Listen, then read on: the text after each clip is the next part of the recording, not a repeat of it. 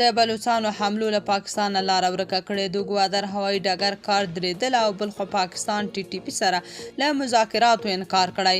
جزئیات هم دلته وګورئ، چینل هم سبسکرایب کړئ. پاکستان وايي TTP سره مذاکرات نه کوي. په داسې حال کې چې ټاکل شوی په نږدې راتلونکي کې په کابل کې د افغان طالبانو په منځګړیتوب د پاکستان او TTP ترمنځ یوه ګډه غونډه جوړه شي، خو د پاکستان د بهرنیو چارو وزارت ویاندې ممتاز زهرا بلوچ ویلي چې له TTP سره خبرې د هغوی په بریدونو کې قرباني شویو کسانو ته سپکاوی دی.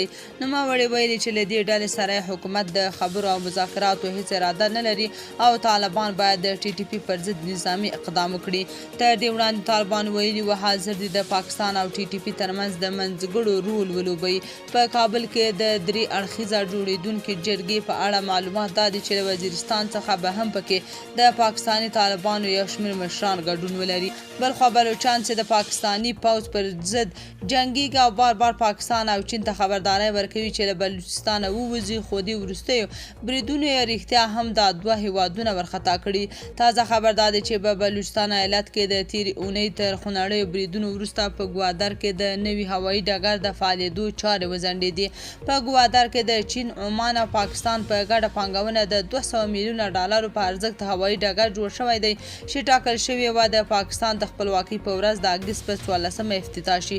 خو په هغو ورځو کې په ګوادر کې د مارنګ بلوچ په مشرۍ د بلوچانو د همغږۍ کمیټې اعتراضیه پلت د دې سبب شو چې دا مراسم ترسره نشي.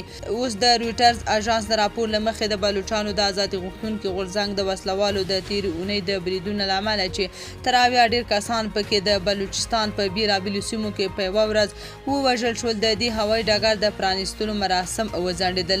رویټرز اژانس پرون د پاکستان د هوایي چلند د ادارې او په بلوچستان کې د 2 حکومتي سرچینو په وینا راپور ورکړ چې دا هوایي ډګر به تر هغو فعال نشي چې په سیمه کې امنیتي وضعیت سم شوی نه وي. تاسو په دې اړه څه نظر لرئ؟ کومنټ کې شریک او چینل هم سبسکرایب کړئ.